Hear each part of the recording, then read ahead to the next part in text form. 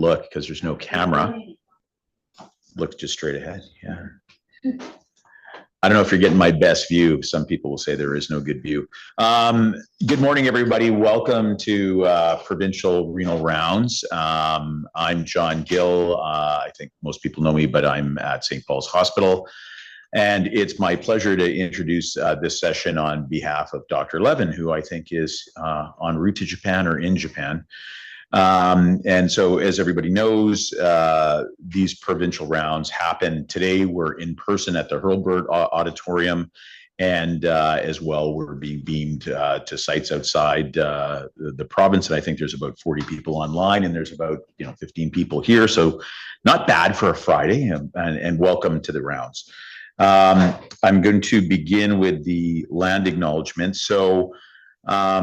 Yesterday was a brilliant day in Vancouver, and it makes you feel really special to be alive and feel spring, although it's the first day of summer. So today, the first day of summer. So I'm very grateful that we are on the ancestral territory of the Coast Salish, including territories of the Musqueam, Squamish, and Tsleil-Waututh nations, and the Métis chartered community. And it's a beautiful picture there. Yesterday was absolutely spectacular. So I think we all feel very privileged to live where we live. So these province-wide rounds, I'm going to have the pleasure today of introducing a guest speaker who's a friend and a colleague. Dr. John Friedewald is professor of medicine at Northwestern, where he leads the kidney transplant program.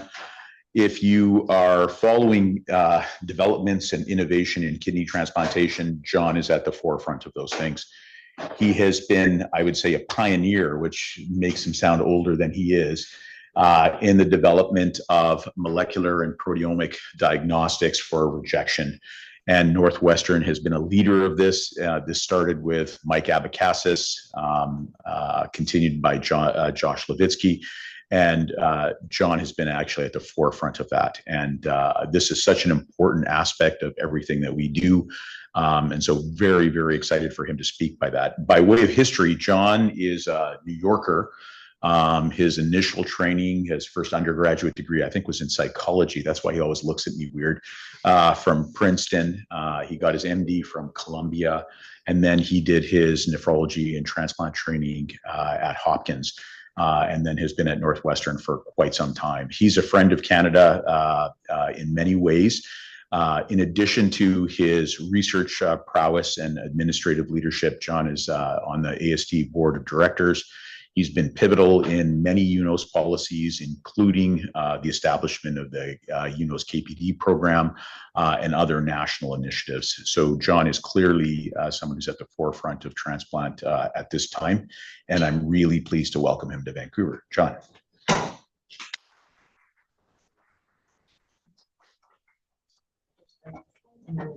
Okay. All right. There's a title slide in there. Okay, and let me just get the pointer. Well, thank you, Dr. Gill, for that kind introduction, and thanks everybody for having me here. It's good to be here. I brought my son, and we're going to do a little extra time this weekend and look around your beautiful province, and he and I might just stay given events on the home front, so make space. Thank you, and I want to start, I'm going to talk about sort of the evolution of molecular biomarkers for managing kidney transplant patients. And I've really boiled this down, I think, a lot about how to approach this and what the problem is. And I think of the dilemma of Goldilocks is one that is very applicable to this. So hopefully you'll see how that plays out. This is our, this is downtown Chicago, and this is our medical center here at Northwestern. So we'd love for you to come down and visit us. We're sitting right on the lake, so it's a lovely spot as well. These are my disclosures. I think the most relevant are that I do consulting for Eurofins Transplant Genomics and get grant support from Eurofins ViraCore that produce and make some of these biomarkers I'm going to talk about. So I like to start with a sort of a 30,000-foot view of kidney transplantation. And there's a lot to be proud of in this slide. This is a great review from James Cooper from a couple of years ago, looking at immunosuppression, and you can see the rates of acute rejection that have declined over time. You see the one-year rate of acute rejection and the advent of all these different therapeutics to modulate the immune system. It's interesting that I trained right around here in this, during the seminal time where these new agents, particularly the calcineurin inhibitors and depleting induction therapy came around and really, I think, changed the game. And so that's a great thing. And you might look at this and say, well, what's left to do, right? We sort of won the war here. Rejection's not a problem. but I hope to convince you of otherwise. But, you know, this isn't the only part of the game, right? There are a lot of things that have come along as we sit and look back that have changed the success and allowed us to get to this point. And you look at the advent of tissue typing and cross-match testing, and then flow cytometry cross-match testing and single antigen bead testing. And, you know, that really allowed this incredible growth of kidney transplantation. This is the number of transplants going from about 10,000 to almost 25, approaching 30,000 kidney transplants in the US each year. And so we can really be proud of this, but that isn't the whole story also, right? Because as you know, when I trained here back in the turn of the millennium, you know, I remember as a fellow, cytomegalovirus taking patients out all the time, and we were trying to fight it with acyclovir and really inadequate agents. And so the development of better antivirals and better antimicrobials to manage this more and more potent immunosuppression is all part of this microenvironment that we have to keep our patients safe and to prolong graft survival and most of all, improve the quality of life. Because I think that reducing acute rejection is an important end, but hope to show you that's not the only thing that matters for our patients. So to that point, I want to start with a clinical case. Every grand round should have a clinical case. We learned at Hopkins. So I'm going to present a gentleman who's 60 years old, had end-stage renal disease from glomerulonephritis, and had a first kidney transplant back in '98, which did quite well. He kept it for 22 years, eventually failed due to chronic rejection, and presented for a second kidney transplant. He had no living donors at the time, had a PRA 0% for class 1, but was quite sensitized to class 2, 92%, giving a calculated PRA of 66%. He was fortunate that we found a deceased donor for him. He underwent a deceased donor kidney transplant about 2 years later, had a negative flow cytometric cross-match, and was a 4-antigen mismatch, as you can see there. Also of note, through repeated testing, we found that he had weak historic donor-specific antibodies to HLA A26, although at the time they were currently negative, giving a 0% class 1 PRA, but it was noted. This was a good donor, a DCD, deceased cardiac death donor, 35-year-old male, good KDPI of 37%. For us, a relatively short cold ischemic time of 15 hours. We average out to 24 or more hours most of the time. CMV and EBV serology is positive on both ends there, as you can see. He received our standard induction, which is alemtuzumab induction, and solumedrol for 3 doses. We typically are a steroid-free program, but with the historic donor-specific antibodies, our protocol is to give a single dose of rituximab on post-op day 1 and then maintain them on prednisone long-term. So pretty standard triple immunosuppression. Okay. He did well. This is a happy story. Creatinine down to 1, no proteinuria, BK screening's negative. He reaches a 3-month post-transplant point, and per our protocol, we start our rejection surveillance around that time, and he underwent a surveillance biopsy, and that surveillance biopsy showed some segmental glomerulitis and some focal peritubular capillary inflammation. But C4D was negative, and there were no measured HLA donor-specific antibodies. And I'll mention we didn't test for non-HLA antibodies in this case. So our first branch point of the choose your own adventure here is, what do we do? Is this rejection? If you look at that biopsy, and should it be treated? Knowing a guy with had historic DSA, but no current DSA, at least measured, but he's got this glomerulitis and this focal peritubular capillary inflammation. So if you went to classic BAMF, sort of schema, to diagnose antibody-mediated rejection, you'd have to have, a couple things here. One is the histologic evidence of AMR, and I think we have that with the glomerulitis and PTC inflammation. You need evidence of antibody interaction with the donor endothelium. C4D is negative, so maybe not. And then serologic evidence, we don't have any serologic evidence currently of DSA. But BAMF updated. So this is the publication from the 2022 meeting that I was fortunate enough to attend here in Banff, actually. And the evolution on thinking about, antibody interaction with the kidney kind of changed. So what evolved was this new term of MVI, of microvascular inflammation, right? And so in this new schema, you can see the BAMF 2019 versus BAMF 2022. Previously, if a patient had MVI above a threshold, but no C4D or DSA, this was considered no AMR, and you went about your business. But in the newer schema, they say, well, yep, this is microvascular inflammation, even though that's negative, and it could be considered a form of antibody-mediated rejection.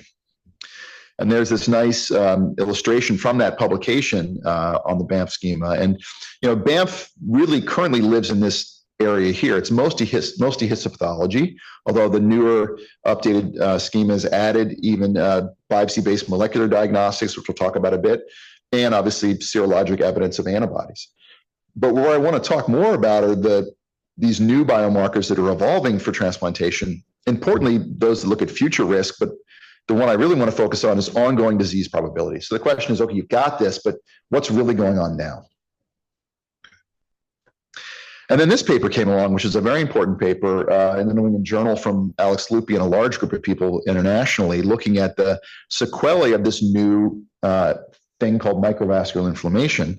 And this is a busy, so it's hard to see the slide, but what they did was they looked at biopsies of those that had truly active antibody-mediated rejection, those with probable AMR, and then this new category, this MVI with no DSA and no C4D versus totally clean biopsies. And what they found was over time, if you looked at three different things, the likelihood of having another episode of AMR, developing transplant glomerulopathy, or losing your graft, this MVI with no C4D or DSA was its own category and did worse than totally clean biopsies. So something's going on here, and it's not quite as bad as a full-blown AMR, but it's not good for the graft either. Okay. All right, so what do we do with this? Let's go back to our patient, back to the bedside. We got some additional information at the time. We sent a blood gene expression profile test, and that came back as a TX, which is negative and interpreted to mean low risk for T-cell mediated rejection. We also sent plasma donor-derived cell-free DNA, and that came back right below the cutoff, 0.68%, with 0.7 being considered negative. And there's no prior baseline, so we don't really have a trend here. So our team circled the wagons and said, given the concern for low-grade AMR, in combination with borderline donor-derived cell-free DNA, which we'll talk about the significance of that, he was initiated on more immune suppression. So we initiated Belatacept infusions to augment his baseline immunosuppression, and then we reduced his tacrolimus and mycophenolate goals, as we typically do if we add a costimulatory blockade agent. So the big picture is signs of allograft injury based on the biopsy and the elevated donor-derived cell-free DNA. Unclear if it's antibody-mediated, but certainly suspicious despite the absence of measurable circulating DSA. Okay, so some more evidence as to why this may be a real thing and what to do about it. This is evidence from the trifecta study. Phil Halloran and a large cohort consortium looked at this, and they looked at biopsies of patients. They looked at three things. They looked at molecular biopsy results and DSA and donor-derived cell-free DNA. And the quick of this is that they found this category too, where you have elevated donor-derived cell-free DNA. You may not have measurable antibody or C4D, but that group does worse. And they went to the next step and said, if you look at gene expression in the tissue, it is reflective of ongoing AMR. So this may be a real thing, and it's sort of subclinical antibody-mediated rejection. Okay, so why Belatacept? We've been using a lot of this. I don't know how much of it you use here or can get access to, but we found it very useful in this indication. This is a nice paper from the group at VCU that looked at patients with now sort of chronic active antibody-mediated rejection. And on the right, it shows the downsloping GFR of this cohort until the time they started Belatacept, which is right here. And then you see stabilization of GFR after conversion to Belatacept. And they think some of that is because they turned off AMR, and that's shown over here on the left. These are tissue gene expression results, and the genes that are associated with antibody-mediated rejection were downregulated in the patients that were converted to Belatacept. So there may be some mechanistic advantage to costimulatory blockade in these patients to sort of shut off AMR. And certainly anecdotally, I've seen a number of patients have this exact picture where they're kind of headed off the cliff from chronic AMR, and you can really stabilize their graft sometimes for many years afterwards. And of course, the longer-term data from the BENEFIT trial, which also argues for Belatacept, this is the calcineurin inhibitor versus Belatacept, cyclosporine in this case, but the GFR long-term in patients that were on Belatacept on the top versus cyclosporine in the lower, there's a significant 24 mLs per minute difference in GFR out to 10 years. So it's certainly less nephrotoxic, and maybe also some of this benefit comes from controlling chronic rejection. And then this more recent trial from a group in Europe that looked at randomizing patients to convert to Belatacept versus calcineurin inhibitors at 1 year, and this is out to 7 years, better graft survival in the Belatacept cohort compared to those remaining on calcineurin inhibitors. So we now have done a lot of early conversion for patients either with suboptimal creatinine or those with this concern for chronic antibody-mediated rejection. Okay, so back to our patient. He does well. He lives his life, has a great time, comes back at 1 year, and again, our protocols to do a surveillance biopsy at 1 year, which is done. This biopsy shows is now read as negative for rejection. There's still mild persistent peritubular capillary inflammation, but less so. 10% interstitial fibrosis, and HLA again is DSA are again negative. We again said the gene expression profile and donor-derived cell-free DNA both remain negative, and now the cell-free DNA level is down to 0.3%. So a significant halving of that, if that means anything to you. Still negative for BK virus in the blood and urine, and creatinine still stable at 1. So I'll take a poll. Do you drop the mic and walk away? Victory?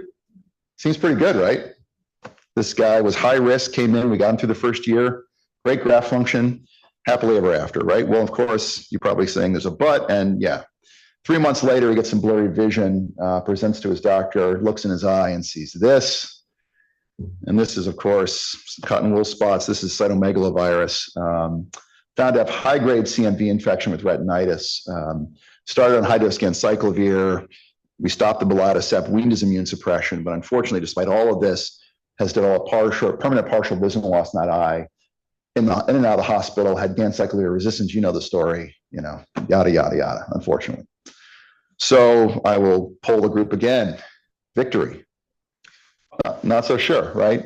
In the old days, we would say you got a creatinine 1, quit your crying, you're alive, right? But I think we've evolved to a place now where the outcomes, 1 year graft survival and low rates of rejection are probably not the end game anymore. We're better than this, as we say. I say to my kids, we're better than this, right? So how do we then do better and avoid this kind of thing from happening? Because this guy is happy to be alive, and I saw him in clinic recently now, a year on or so past this, and he's doing okay, but he's got a bit of a limp, as we would say. So this brings us to our friend Goldilocks.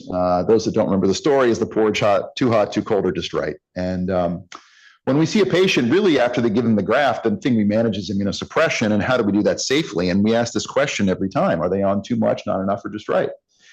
And the tricky thing is, and the reason we still get a paycheck, is that's a complicated question, right? That changes all the time, even on the same dose of immunosuppression, because our patients face these, what I call environmental pressures, with the infections, vaccines, a big meal, let alone those that miss their doses or stop taking their medication, right? So this is a real challenge. The immune system is not a static target, it is a moving target. And so we have to be able to adjust and respond to that to be able to keep people in a safe zone. You can look at immunosuppression dosing levels, and we do that, but that's really population norms, not personalized norms. We all know that people can reject with a pretty good tacrolimus level or have an infection with a fairly low level. So that helps us on a population, which is great, but not for an individual. And we really need tests that ask the question each time, every single time, are they on enough? And right now we're kind of hoping for the best, and that's really not a strategy, right? So we got to do better. I think about it this way: a lot of our patients are in this little, here's our kidney, and the car's going down the road, and I think about driving, right? And our patients were really waiting for them to go off the rails, right? Either they have an infection like our patient who had CMV retinitis, or you name it. What do we do then? We cut immune suppression drastically, sometimes too much. Then they go back to the other side of the road and have a rejection, and boom, boom, they're bouncing down the road. Right? And most of us want to drive like this, not like this. But we really didn't have the tools other than these clinical events, which are really bad, obviously, to know whether we've gone too far. So how do we make these tiny, fine adjustments that avoid all this morbidity and problems with our patients? So when we think about how do we assess the response to the renal allograft, right? The ideal tool, if we had our wish list, would be something that gives us a real-time snapshot of where they are today, right? This is the Goldilocks, too hot, too cold, or just right today. We also want to know where they're headed, though, because as we look back at our clinical trial data, we have biopsies and we have all these results, but that gives us a snapshot of one moment in time. And the truth is the immune system, I'll show you some data, pretty convincing data, it's doing this all the time, right? So if someone has a rejection today, it's also important to know, is the immune system strengthening or weakening? Because it may be headed in the right direction all by itself or in the wrong direction. And so an idea of where we're headed is actually almost as important as where we are right now. We also want to picture the past, right? So is there memory? Certainly with the immune system, we want to know, and we'll talk about that, but antibodies are a great way to know that. And we'd love to know what's going to happen in the near term. So I want to know if this person's headed off the cliff, right? Are they going to get an infection or rejection in the next month or two? And I'd like to know how the graft's going to do long term, right? So all of that. So pretty easy, right, for a single test. And the answer is, it's actually pretty complicated. And it's not going to be one test that tells us that. It's going to be a whole panel of testing, and that's what we sort of are trying to develop, this sort of ecosystem of testing that will help us answer these questions as best we can. So let me take them one by one. What about a real-time snapshot of where we are? What tools do we have? Well, for years we've been using serum creatinine, and we're nephrologists, so we love creatinine, we love graft function. And actually, to be truth, it's important to measure this because this is what we're delivering as GFR, and that's important, but it's really not a great measure or marker for rejection. We just have to be honest. It's a very insensitive marker. Obviously, the differential diagnosis of elevated creatinine is very broad. It doesn't help us much. And for years, this is what we were saying: your creatinine's fine, you're doing fine. And we really have had our head in the sand for decades. So it's time to move on. So we implemented a protocol biopsy or surveillance biopsy program in our center about 20 years ago now, and we've been doing a lot of biopsies, and we get a lot of information from that, both acute and chronic processes we can learn about. And these are just two patients from our program that had stable normal kidney function. The one on the left is the one we'd all want, I think, and the one on the right here is having pretty significant ongoing rejection, and just shows you can hide a lot of pathology behind a stable and normal creatinine. But obviously, I'm the one doing a lot of these biopsies, and I don't like it. And so we've got to build a better mousetrap. And so as we step back and say, well, okay, if we were going to design a biomarker, let's frame the context of use. So through our clinical trial, which I won't go into great detail about, but our CTOT clinical trial, CTOT 8, as well as the GO-CARD trial that Barbara Murphy did a number of years ago, we now know from large cohorts at multiple centers, if you biopsy everybody, we find subclinical rejection pretty commonly, about a third of the time in the first 2 years. And both trials showed that if you have subclinical rejection with normal creatinine, you have worse outcomes. So you have more DSA, more fibrosis by 2 years, worse graft survival. So it's bad, right? It's deleterious. We also can say the subclinical rejection is only detected by a surveillance biopsy, right? By definition. That's stable creatinine. And we did a survey a couple of years ago that said most kidney transplant programs in the US, at least, don't do surveillance biopsies, more than 2/3. And when we ask them why, it's all the obvious stuff, right? No one wants a needle in their kidney. It's expensive. You got to take time off of work. People bleed. Not fun. Not cute, as my daughter would say. So, what do we do about this? So we did this clinical trial to develop a non-invasive marker of subclinical rejection. We did that by collecting lots of surveillance biopsies on, 530 surveillance biopsies. We divided them up in those that had subclinical rejection by definition and those that had normal biopsies with normal kidney function. We could then do differential gene expression on the blood using an Affymetrix array. And we put that through a pipeline, an informatics pipeline using a random forest model to come up with and ask the question, which set of genes of all the 30,000 expressed genes best tells these two groups apart? And it turned out to be 120 genes shown here. And this became the TrueGraph gene expression profile.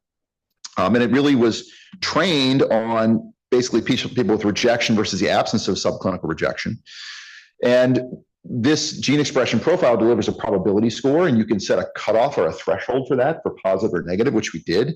And we chose to set a very high cutoff for a high negative predictive value. Why? Because that allows us to say that someone does not need a surveillance biopsy. As the guy putting the needle in the kidneys, I'd love to be able to say, no, we don't have to do that. The problem with gene expression profiling we've learned is that it's prone to false positives because these are mostly inflammatory genes, and there are a lot of things that can turn on these inflammatory genes. So the positive predictive value sits about 40-50%. So a positive test isn't as useful necessarily as a negative test. That's the Achilles heel I talk about down here. This is just one trial that replicated our findings with very similar positive negative predictive values. So if you do this test and it's negative, you can say it's unlikely that there's any ongoing rejection.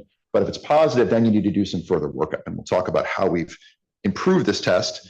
And one of the ways we've done it is adding a different test. So we bring in orthogonal technologies, and this is donor-derived cell-free DNA, which has become very popular around the world. Basically, DNA that's released from cells when they're injured or dying.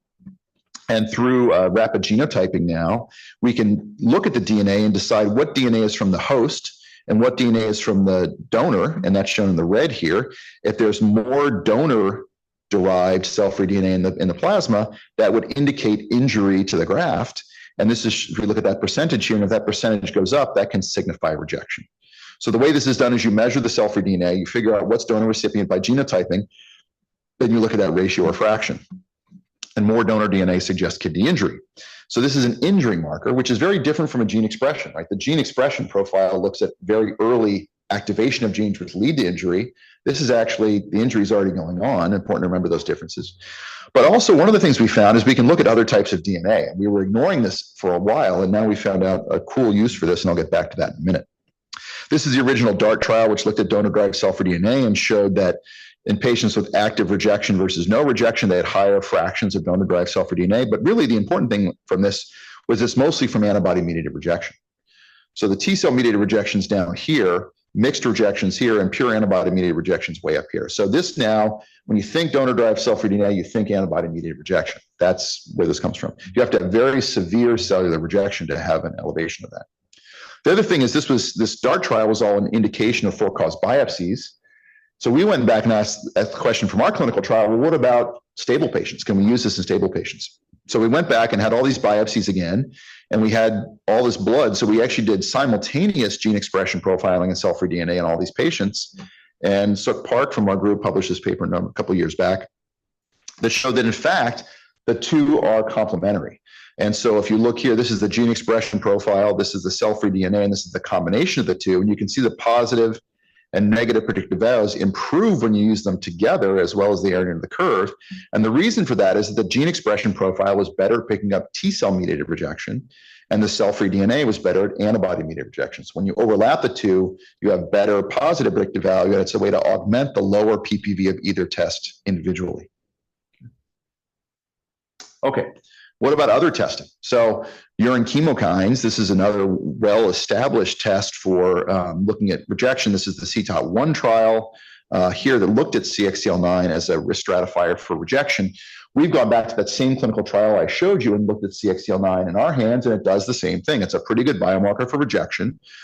And what I'm showing here is that the one thing about CXCL9 and CXCL10 for that matter is there's not really a well-established cutoff for a positive or negative. And that's a really important thing. But we recognize we could use this to our advantage, because as we combine biomarkers, you can use certain biomarkers and set a threshold where you want to do certain things, and then bring in other testing to verify that. And so we decided that urine's nice because, number one, it's easy to get. Number two, it's very cheap. So a urine CXCL9 test is about 1/10 the cost of a gene expression or a cell-free DNA test. So we thought, can we use this in a cheap, frequent testing manner, even though it's not perfect, to get us pretty far along the testing algorithm, and then bring in more expensive testing later on. So this is some work we're actually in public, we've submitted for publication now, it's going to be presented at WTC, where one of our postdocs looked at an economic model and said, okay, if we use CXCL9 as an initial test, and we set a threshold, and this is the different thresholds for CXCL9, at a certain level where we know we have a very high negative predictive value. So we know if it's negative, it's negative, and we feel very confident we can say you don't need anything else. If it's positive, the cost of doing that is you have a lot of false positives. If any test is positive, then we reflex to the other testing, the gene expression and the cell-free DNA, which is more expensive, but also more accurate. And if we do that, a lot of patients just get a urine test when they're done, and then the other one we do, but we actually, overall, what this shows, very complicated, he modeled a bunch of different costs to, for instance, if you missed rejection, what are the costs of a false negative, et cetera. But depending on no matter where you set the cost for that, he found an optimal threshold here. This is the threshold he found, and it can decrease the cost of screening, for a year of screening for a patient almost by half. So we have significant cost savings with actually increased diagnostic yield by doing this two-stage testing. And this just shows how we kind of went through that. So if you use CXCL9 as your initial test, sorry, I'm going to get back on that. Yeah. We know the probabilities of a true negative, a false negative, and a positive. So about 48% of patients, 49% of patients will have a positive test, which may or not be a true or false positive. Then you do this dual testing, which we call OmniGraph, which is the true graph, and the track testing, the cell-free DNA. And this shows how often those happen. And you can run an economic model on that and show that it's much more cost effective than just doing the combined gene expression and cell-free DNA testing here. So we're kind of evolving strategies now to look at how can we implement this to obviously reduce costs, because that's one of the big problems with any new technology, but also increase diagnostic yield. Okay, so as we talk about managing our patients, this is sort of the current snapshot. We have non-invasive rejection biomarkers, a whole series of them now, that if we use in the proper clinical context of use, and I stress that because I get asked a lot, well, what about in patients with delayed graft function? Or what about patients with cancer, right? We have to know that these tests have been developed in sort of a limited set of patients, to be honest. We haven't been using these for 15 years yet. But in our sort of sweet spot, which is the first couple of years post-transplant, we're pretty good at knowing what these tests do now. But unfortunately, they only help us in one direction. I mean, this is supposed to be a road with only one guardrail on it, I show you, right? But our patients really still have a major blind spot, and that blind spot is over-immunosuppression. Going back to our clinical case, right, our patient had negative rejection biomarkers, had a pretty good biopsy, and we thought we were doing great, and then he gets serious CMV, right? So we don't have that other guardrail other than waiting for a patient to have an actual clinical infection, which is not very good. So what do we do about that? So we went back and said, let's think about this. And this is a paper from Jay Fishman looking at just the common infections we all know and love in the first year post-transplant, or first 2 years post-transplant. But what you see here are a lot of viruses. And this wasn't our initial idea. Steve Quake and his group that initially looked at donor-derived cell-free DNA for monitoring rejection did this. This is his paper from now 2013, so a decade ago. And what they showed was while they were looking at the cell-free DNA, they also looked at all the viral DNA. And this is a paper looking at the human virome in the setting of immune suppression. And what this shows is all the viruses here, and you can see the polyoma viruses in red, and the some of the other herpes viruses here in blue. There's this big orange C here, and that's the anelloviruses, and we'll come back to that in a second because that turns out to be really important. They also showed that patients with more viruses were less likely to have rejection, and patients with lower levels of viruses had more likely to have rejection. So we see this, suddenly we're getting this other side of the coin, that if you can monitor for viruses and for rejection biomarkers, you might be able to look at the kind of the whole picture of these patients. So we did the same thing. We went back to our CTOT study and did the same thing where we looked at, so to remind you, for the cell-free DNA, we get plasma, we isolate nucleic acid, we sequence it, and we look at the human sequences and decide what's donor, what's recipient, right? We can also in the same pipeline look at all the microbial sequences, and we did that and mapped these sequences to all these common viruses, DNA viruses, and we published this paper last summer. And we call that metagenomic viral detection, which is different than a sort of standard PCR test. But actually we found that, and we looked at quantification, we ran simultaneous blood samples for a PCR and for this metagenomic viral detection, and found that we were equivalent in terms of detecting and quantifying viruses. So this method can be used to both detect and quantify viruses very accurately. And this is the data from that. And this shows the first 2 years post-transplant. And these are all the infections, kind of like the Quake group here. And you can see the different viruses, BK virus in blue, CMV in yellow. What we don't show are the anelloviruses, but we show that here. This is an important virus, tortenovirus. We'll talk about that. It's one that most of us aren't familiar with because it's not a pathogenic human virus that we know of, at least, but it's a very common virus. And that's why it's so helpful in this instance. You see about 80 to 90% prevalence worldwide of this virus. And so suddenly, if you look here, there are a lot of patients without any viral detection. And what do you do in a patient with no virus? You can't really monitor a thermostat, if you will. But TTV may give us that answer. And so this thing has evolved. I say tortenovirus has entered the chat, something we didn't really know about, but now we're learning a lot about this anellovirus again. Very, very conspicuous and constant component of the normal human virome, highly prevalent worldwide. And the concept here is that if you have more virus, higher infection, higher viral loads of TTV, you're less likely to have rejection and more likely to have other infections and vice versa. Right? So we went back and said, okay, well, this seems to be a marker of immune suppression. Let's test that theory. So one of our summer students last year that was working with us, Lily, went back and looked at the CTOT-8 cohort, which is a bunch of kidney transplant patients. And then we had Dr. Levitsky CTOT-14 cohort, which is all liver transplant patients. We said, well, in general, kidney patients are more immune suppressed than liver patients. So we look at TTV, and sure enough, in orange here, the TTV viral load in kidney patients is much higher than that in liver patients. And particularly because most of our patients here got some depleting induction therapy. And so you see a big spike in TTV initially, which then comes down over time. We then went back and asked the question, okay, let's do the Goldilocks experiment. So these summer students here went back and said, okay, there were 2,000 time points, individual time points in this clinical trial. And I challenged them to go back to each and every time point and say, okay, let's ask the Goldilocks question. Is this patient over-immune suppressed, evenly immune suppressed, or under-immune suppressed? Now, how did they do that? Of course, it's imperfect. They looked at all the other data we had, biopsy results, other infections, other rejection episodes, immunosuppression levels. And they came up with a subjective measure of this. They put them in 3 buckets. Then we went back and looked at the tortenovirus or TTV viral loads and found out, not surprisingly, the over-immune suppressed group had higher levels of TTV here on the x-axis. These are viral loads compared to the even and under-immune suppressed, very significantly different. So we may have found something that will tell us, how do we put people into these buckets? This may be one way to do that.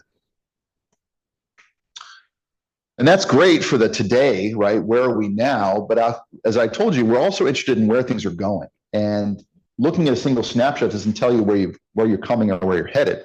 So Akil, one of our postdocs now, is going back and looking at torc-tenovirus kinetics. So looking at, and luckily we had serial values of this over 2 years.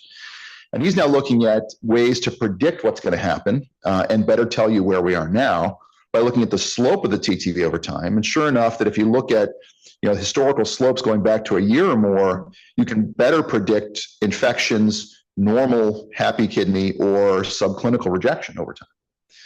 So that's using the torc-tenovirus viral load alone. And then remember, we're also looking at these urine chemokines, which are a cheap, easy screening test. And so he's now also incorporating urine chemokines in addition to the TTV viral load to be able to predict rejection, subclinical rejection, or sort of normal events. So we're kind of combining all these things. And the nice thing about this is a torc-tenovirus PCR by itself is really inexpensive, and a urine chemokine test is relatively inexpensive. And so we're hoping we can combine both of these to do serial monitoring over time to predict sort of the ups and downs of patients. And I'll show you some data that will make this more clear in a second.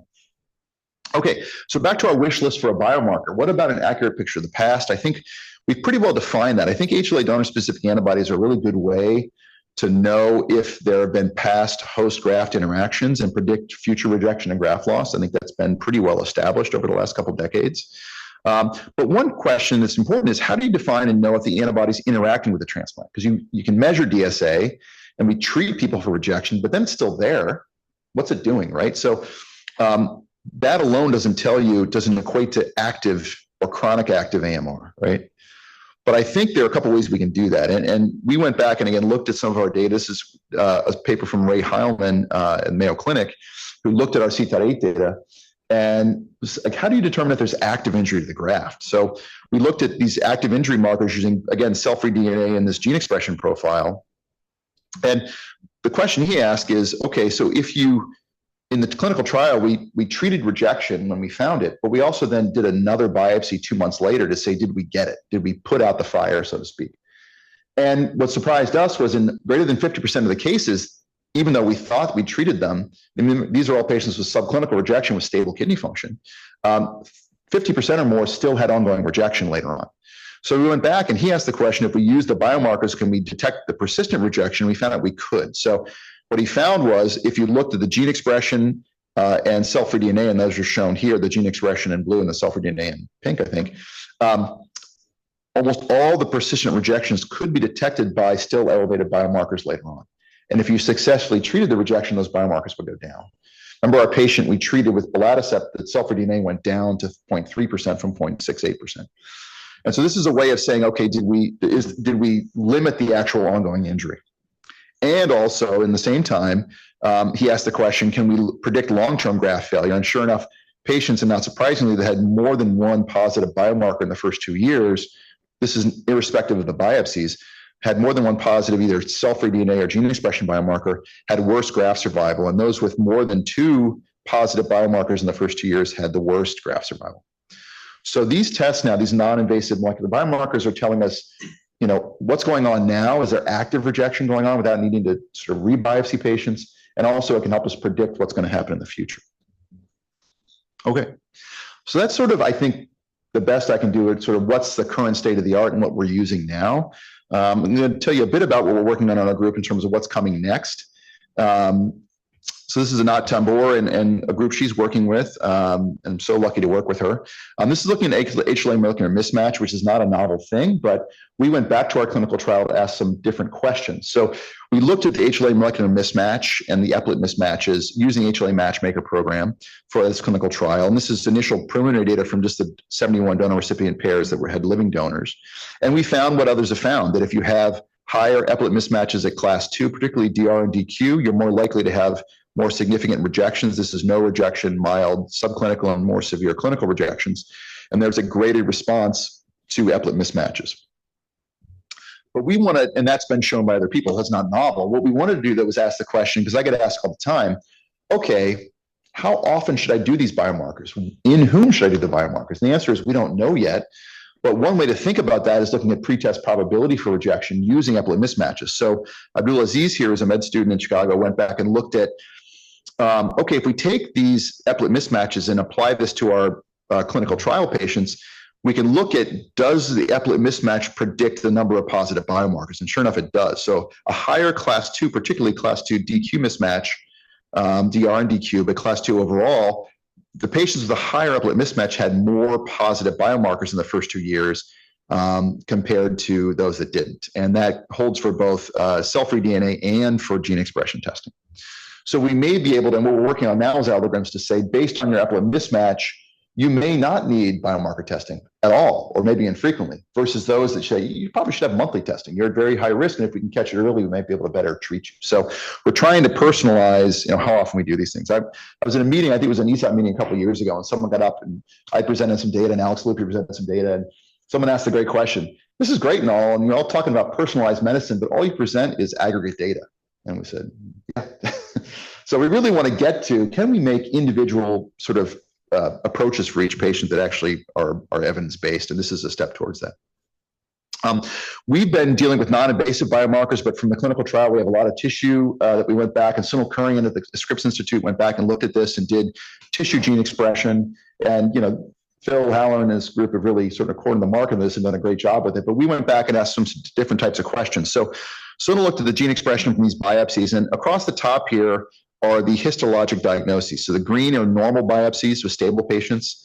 The blue are patients that had for-cause biopsies but no rejection. We call that acute dysfunction with no rejection. The red are patients with clinical, like severe rejection, and these are subclinical rejection is orange. And you can see that the gene expression is different just from the naked eye, right? And we found that too. And it was interesting that the clinical rejections are sort of brighter red than the subclinical rejections. And he found that these are similar genes, but it's sort of a continuum of intensity. But what you can also see is there are some misclassified samples, at least based on the gene expression, right? So the pathologist called this normal, but there are some pretty bright red lines here you can see, these are each individual patients. And there are some subclinical rejections that probably weren't rejection. So he asked the question, you can look at now, these are overlapping gene networks. So he said that those with acute dysfunction but no rejection had a lot of genes in common with those with acute dysfunction with rejection, but very few genes in common with those with stable function and rejection. So there's shared genes between rejection samples, shared genes between acute dysfunction or acute kidney injury samples, and those are not shared here, which is interesting. He went back and asked the question, okay, we have our blood gene expression profile, right? And it is not perfect. There are false negatives and false positives and true negatives and true positives. But the reason these are false negatives and false positives is because the blood test did not agree with the pathologist, right? That was the gold standard. What if you turn it around and say, what if the gold standard was tissue gene expression? So if you look at the tissue gene expression, it turns out that a lot of the times the tissue gene expression better aligned with the blood gene expression than with the pathologist. And it calls the question of what's really the gold standard, what's the truth? And we know pathology is not perfect. And so what he's doing is now saying, okay, can we, right? If you say your gold standard is a biopsy, and then you benchmark your blood test based on a flawed gold standard, this is going to be flawed by definition, right? So what we're trying to do is, I call it dragging the goalpost closer and closer to the reality of what's really going on. And this is one way to do that, is by saying, okay, can we redefine we had a group of rejections and a group of normals, but that was imperfect, obviously. And can we refine that group better and better to take out the normals from the rejections and the rejections from the normals and get them in the right groups? Because then we can go back and rediscover novel gene expression profiles that are sort of better aligned with the truth and make these tests better and better over time. Why are they not perfect? Because they're aligned to a imperfect gold standard, at least at some level. We can also look at gene networks and say, okay, well, how do we better treat patients? This is a subset of patients that had that rejection biopsy here, and then we rebiopsied them 8 weeks later. And the group in red had resolution of rejection, which is what we wanted. These patients had ongoing rejection. And you can see based on the blood gene expression profile score here, you can tell the groups apart. So this is how we know this group was successfully treated. They have a lower expression of inflammatory genes after 8 weeks, and these groups had persistent inflammation in the peripheral blood. And we can tell the groups apart. What this group's doing here is looking at, okay, well, are there differences in gene expression between these groups that we can tell maybe there's different pathology going on? So we're asking the question of those that had resolution of rejection versus not. And you can see the volcano plot of different gene expression here. And we can go back and ask the question, well, maybe this group should have been treated differently. Maybe this group needed a different therapy, for instance, if there are different genes that are activated. The other thing that's interesting is that obviously the biggest change in gene expression is between 0 and 2 weeks in all the groups. And this is when they get all the main treatment, right? They're getting high-dose steroids or whatever it is. There's massive changes in gene expression. We're also digging through that as well. So this is a tool now for discovery to maybe develop novel therapeutics for these groups. We're into digital pathology, and we scanned all the biopsies from this clinical trial. And Lee Cooper leads this effort at Northwestern to digitize all this. He put together a cool slide repository where you can actually, say, give me all the biopsies that have a BANF G2 or greater score, and you can pull them out very easily, which is kind of cool. But what's much cooler is this collaboration with Brad Ferris and group at Emory, where we're doing machine learning to read the biopsies. And again, this isn't novel to kidney transplantation. Sort of the whole field of pathology is moving this way. And what these guys showed is you can do that very well. So we did a group of slides from Emory as a training set and as a testing set, and then we went ahead to the testing set in our clinical trial cohort. And what we found is the machine is very good at reading the biopsies. So this is the INT scores from the BANF pathology, and there you can see the AUCs are very high here. So you can teach a machine to read a score, a kidney biopsy using the BANF score, which is cool. But what's much cooler is what they're doing next, which is unsupervised clustering. So they can go back and say, okay, here's now 1,300 biopsies, and I want the machine to categorize these and put them into clusters, we call it. And we don't know what those are, right? But we can then go back, and what we're doing now is trying to say, okay, is this a closer version of the truth? So when we look at inflammation, when we look at patterns of inflammation, we can then take those novel clusters of patients, go back and look at their clinical outcomes, go back and look at their gene expression, all these tests, and try to rediscover better ways to make a diagnosis of what's going on. And I'll use one example from a different field. In breast cancer, there's a Google algorithm that can read mammograms very accurately, which is kind of cool. And they're using that now to screen low-risk patients so that they can quickly get them out and not to do follow-up imaging. But they let the Google algorithm go kind of on its own on, I don't know, a couple 100,000 mammograms, and it put a bunch of mammograms in a pile.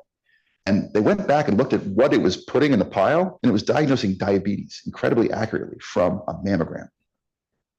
How's the hair on the back of your neck right now? Right? It's kind of creepy, right? So this is a very cool tool to be able to go and do novel discovery, and we're just kind of dipping our toe in the water. But what Lee Cooper's done in brain tumor pathology is he melds the pathology imaging with gene expression from the tissue and can come up, and he predicted a way to finding patients who would respond to therapy for brain cancer. So we're actually excited about this collaboration, and it's just getting started. Okay, let me finish up with some patient examples to show you how this actually works in real practice. This is a single patient from our clinical trial who had 2 years of follow-up across the x-axis here. And these are 3 of the biomarkers we looked at. The blue one is the tortenovirus viral load. The purple here is the cell-free DNA. And the green is the gene expression profile of the TrueGraf test. And what you see is, what we know is that early on, the patient gets induction therapy and their tortenovirus shoots up here. Now, none of this was available to us during the clinical trial. This person was just going through regular clinical care. They had some biopsies, which I showed here, and they had creatinine, and that was it. So they had their 3-month biopsy, and it's normal. You also see the cell-free DNA is very high initially, and we know that cell-free DNA is not as useful in the first month or so because there's so much tissue injury and stuff going on, but it settles down as it does here. You can see very high cell-free DNA that comes down to a normal level. The gene expression is kind of bouncing around here with early inflammation and all this stuff, but you see a normal biopsy. The gene expression is very low at that time, but in the clinical world, what happened to this patient is they had BK virus detected. They had their normal biopsy here, and then about a month or 2 later, they get a CMV infection. What does the clinical team do? They decrease immune suppression. What do you see the tortenovirus load do? Come shooting down here. CMV resolves here. And then what you see is in the setting of low immune suppression, what happens? The cell-free DNA starts to go up. The gene expression profile gets turned on. And sure enough, they could walk into their 1-year biopsy and they have rejection. So they have a rejection episode. The CMV now is still resolved. They get treated for their rejection episode. The gene expression profile kind of comes down, the cell-free DNA comes down, and this patient kind of normalizes. And by 2 years, they kind of figured it out. They have a normal biopsy, and their viral load's kind of in the middle here, and everything's kind of happy. Next patient, this is where I give the dad face palm here. This is a great example of the kind of veering down the road and hitting the guardrails. So this patient, again, gets their transplant. Their tortenovirus viral load shoots up really high here. They have high cell-free DNA that comes down. Gene expression's kind of up the whole time here. And I don't know what happened, but they obviously reduced immune suppression here, and you can see the virus comes shooting down here. The slope of this is incredibly steep. And sure enough, they have a rejection episode at 3 months. So they get treated for their rejection episode, and you can see as they treat for rejection, they put more immune suppression on, the TORC10 virus load goes back up. The cell-free DNA kind of levels off, but still pretty elevated. Gene expression comes down a bit here, but then they obviously they're treating here, but then they get a CMV infection. And this period is really important because you can see that the immune system changes course here. They cut immune suppression for CMV. The viral load, which is going up in the setting of treatment for the rejection here with thymo, starts to turn and takes an immediate turn here. And I highlight this point in time. Now, we don't know this. This person's just marching along happy here. And they come in for their 2-year biopsy and they have that pretty significant clinical acute rejection episode. But what I want to point out is that probably about 100 days, a couple months before this happened, we could have predicted this, right? Because all of a sudden the immune system takes an about phase here. The TTV comes shooting down, so the immune system is now strengthening. It was weakening here, now strengthening, and we see that all these inflammatory genes turn on the gene expression profile, and the cell-free DNA shoots back up, and sure enough, they have a rejection here. We could have found this out months earlier, made minor adjustments in immune suppression, and hopefully avoided this severe rejection episode, and headed this all off at the pass. These are two examples. There are hundreds of these. You can see this going. So when we get a snapshot here, here, and here, it's one point in time. But you can see all this dynamic stuff happening in the background. If we had this information, the question is, what would we do with it? And how would we react to it? We don't know that yet. We haven't done the clinical trial to show what to do with this yet. But here it is. We didn't have this, and now suddenly we're seeing all this stuff. So the view of the future is some sort of an ecosystem like this, where we have a bunch of different rejection markers, so gene expression profiling, cell-free DNA, urine chemokines, DSA, eplet mismatching, right, on this end of the scale. And then we have all the infection markers on this end of the scale. And, we want to develop kind of a slider bar here that tells us the true net state of immunosuppression. This is the thermostat, right? I'll give an example here of someone who's likely under immune suppressed, right? They have their rejection biomarkers are kind of jazzed up here. They have low levels of viruses. We probably need to sort of nudge the car back in this direction and do it, somehow. How are we going to do that? And this is the end game, is this. We're trying to develop predictive analytics that can harness all this data we're generating to develop real-time updated prediction models, right? So how do we do that? We have all this molecular data, right? So we have biopsy images, we have DSA, we have all this gene expression data, donor-derived cell-free DNA. EDW at Northwestern, we have this enterprise data warehouse, which is a warehouse of all the data from all the systems on our campus that dumps every day into this cloud, which is really nice. We can analyze it in real time. So that's this new data coming in. So this is creatinines and urine proteins and all that stuff. And we also have some fixed information, demographics. We have the HLA mismatching, that's in there too. We can put it all in this cloud and develop these models. And the idea is that it'll kick out a risk prediction for risk of rejection, sort of a Bayesian kind of a risk of rejection, risk of infection. It can tell you about graft survival. It can tell you about whether to change immune suppression recommendations. And we want all of this to interface with an EHR in real time. So that if Mrs. Jones gets a urine chemokine test or a cell-free DNA test, you haven't even seen it yet, but this model will put it in there, update her risk prediction and say, you know what? You'll get an alert in your EHR of choice that will say, you might want to call Mrs. Jones and goose up her tacrolimus or cut down her mycophenolate or whatever it is, right? Rather than waiting for her to get the infection or waiting for her to have rejection, do it in real time, head it off at the pass, do that small, tiny change in the steering and not wait for that big overturn. We're not there yet. This is all in the works, but we now finally have all this data to put in there. It's taken a long time to develop the collaborations with a lot of smart data scientists, a lot smarter than me to be able to do this kind of work. We're kind of bringing in a lot of engineers and mathematicians to help us with this because it's a ton of data. Each gene expression test is 30,000 data points.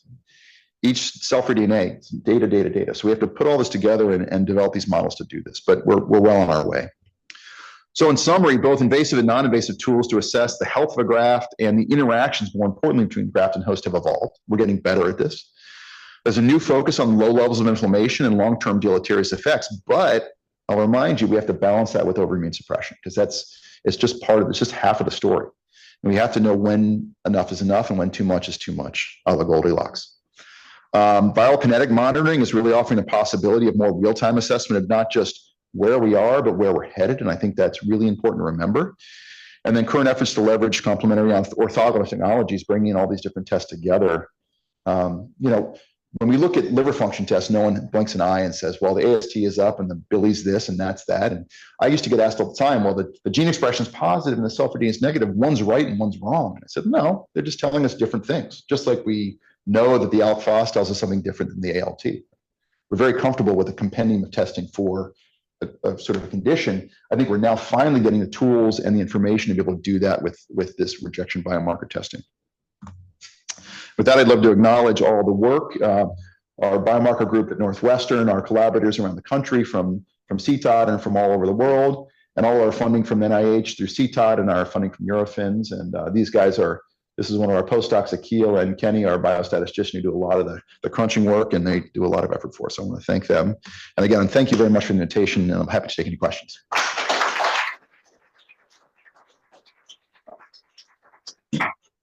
John, that was a tour de force, and I'm sure there's going to be lots of discussion and questions, and so I'll open up to the floor. But thank you for that tremendous overview of where we are and also the future challenges that remain. So I'll start with anybody in the room who wants to. I'm sure there's people who want to engage with John. Yeah. James. Thank you for a fantastic talk. One of the issues that we struggle with is the implementation of context of use for non-invasive biomarkers. So in the low disease prevalence state, like in our center, let's say the first year acute rejection rate is less than 10%. When we do something like cell-free DNA, then we're gonna probably have a lot of false positives, just because the PPV is around 50%. The MEP is around 90%, but that's because we're starting off with less than 10% to begin with. Yep. And so then right away the challenge is, we have to accept a lot of false positives to pick up that, subclinical rejection, and cost becomes an issue. Repeated testing becomes an issue. And I'm just curious, in your center, when you do this test, how do you do it? Do you do it repeatedly, several times in a year? Mm-hmm. And also, do you take a threshold approach, or do you take a longitudinal kinetics change, which is what some of the literature is doing as well too? Yeah, thanks. Great question. I'll repeat it for those online. So really, how do we implement this, and how do we make it all work in the setting of constrained costs and all the things in the real world? And it's a perfect question. One of the things that I've really evolved to is that, rejection is not a light switch. It's not on and off. Right? And so this concept of how the immune system is moving, I think, is something that we really were kind of blind to. And this is just giving us a peek into that world. We have not figured it all out yet, but we're seeing a lot of data. And so my first thing is to say that I think trending these is going to be really helpful. But in that context, how do you do that in the setting of costs, right? Because we have the same problem. Currently in the United States, only Medicare, which covers a lot, more than half of our patients, covers these tests, but none of the private insurers have, because it's money out of their pockets, they just don't cover them. They'll cover them sporadically, but most of the time they don't get covered. And so we still are doing surveillance biopsies in a lot of those patients. Oddly enough, the better insurance patients have to get biopsies, and those with the Medicare get the biomarkers. But it gets to a lot of what we're trying to do with the less expensive testing. So recognizing that the urine chemokines, for instance, which are imperfect, but helpful, right? So there was a paper that came out, a big paper out of Europe this past week that I think it was in JASN, that showed that as a threshold, these tests don't add that much urine chemokines in particular to sort of everything else we're doing. Sure. But number one is they were using a threshold. And I think by adopting a different threshold that's used for screening rather than for what they were doing, I think we can probably implement this in a different way. So we're currently doing the work to look at how frequently. We're looking at monthly testing in the first year for the urine chemokines and for tortenovirus viral load. And I think that's my sort of first take on it, is that's going to be relatively cost effective compared to these other tests. And then we only bring in these other tests when we have sort of a double positive and we really want to confirm whether it's a false positive or a true positive. That's a much more cost effective way to do this. So that's my sort of broad answer. I don't have an exact answer. I'll tell you what we do. So in patients that our surveillance monitoring protocol that we have at Northwestern starts at 3 months, really, unless there are other kind of concerns. And we will typically see if they're covered for these biomarkers. If they are, we'll do the combination of 3 tests, a DSA, a gene expression, a cell-free DNA. If not, we biopsy them. And DSA gets covered, oddly enough, even though it's a very expensive test too. People send those off like they're nothing, which kind of highlights how this all evolves. But so we'll do that. And then we usually repeat every 3 months for most patients. Some other context of use, Belatacept conversion. So we know that patients are at high risk of cellular rejection, in particular with Belatacept conversion. So that's where the gene expression profile is a very good test because it's very good at detecting cellular rejection. So we'll do monthly testing in patients undergoing Belatacept conversion for like 6 months for the gene expression just alone to save money, and then we flip back. So we're trying to evolve different scenarios for different patients, but your point is right. The other thing I'll push back a little bit is 10% rate of rejection, but if you're not doing surveillance biopsies, you're missing another 20% or so of patients that have significant ongoing injury to their graft that you're not going to detect for a number of years. And so, and these tests sort of give us a peek into that world a little bit as well. I think that's great. If I may have a follow-up as well. Yeah, of course. The type of injury that you detect through these two tests, you're absolutely correct that we probably underestimated true LOB injury, but a lot of cases that we see now are more like the phenotype you described, MBI, of which we, and then my lab does the HLA test, and I tell the physician there are no antibodies there. And I think it's a little unclear to us what's causing that, and therefore, even though we diagnose, we're unsure of what to do with them. Yeah. And we have also evolved from testing for non-HLA antibodies, which I don't think is the answer to clear genotyping. This also involving NK cell activation. This missing self and all that, yeah. However, we diagnose those patients, but how to management is so unclear. But I think as we have new therapeutics, I think that there is probably more impetus to detect this subclinical injury because now we can do something. Yep. So, but the answer to that, and the question is what, great, we can detect these low levels of injury. What do we do about it? And I think I had a slide I took out. We used to call it sledgehammer medicine, right? The old days, it was like rejection, thymo, blast them, right? And I've got also an Otis Redding slide as well. Try a little tenderness, right? So I think if we can see this low level of injury and say, we don't need to come in and break the house down, but just give a little tweak to this, and more importantly, maybe alter the type of medicine we're giving them, right? In the instance of co-stimulatory blockade. So I do think that, when we step back and say, why do grafts last 10 to 15 years and not 40 years? And the answer is a lot of it is this smoldering fire we're not detecting. And so we have to shift our thinking from a binary, it's either rejecting or not, because it's constantly going back and forth. And we need to decide better and more, and we haven't, I'll say we don't have the answer yet. We're working on a clinical trial to do that. We're developing a randomized trial to use these biomarkers to treat and show that we can improve outcomes. The other problem is this is a long game, and everyone wants the answer, but by 2 years, we've got some good surrogates, but really we look at areas of omission all the time and we say, well, we're not going to do this and they'll be fine. And maybe the graft lasts 12 years instead of 15 years. That's an important 3 years to that patient. To us, it's meaningless because we can't see it so far down the road. So it is hard to convince people to make changes now that may extend the graft life a long time because we don't see it. But I think we have enough surrogates. We showed the subclinical rejection has significant effects by 5 years. Can we change that? How do we change it? We haven't figured that out yet, but at least we have the tools to start to do important clinical trials now. I'm going to unfortunately have to close us down. We have the privilege of having Dr. Friedewald here for half the day. One of the things as we move from virtual to in-person is the value of in-person. There are two things that are striking me.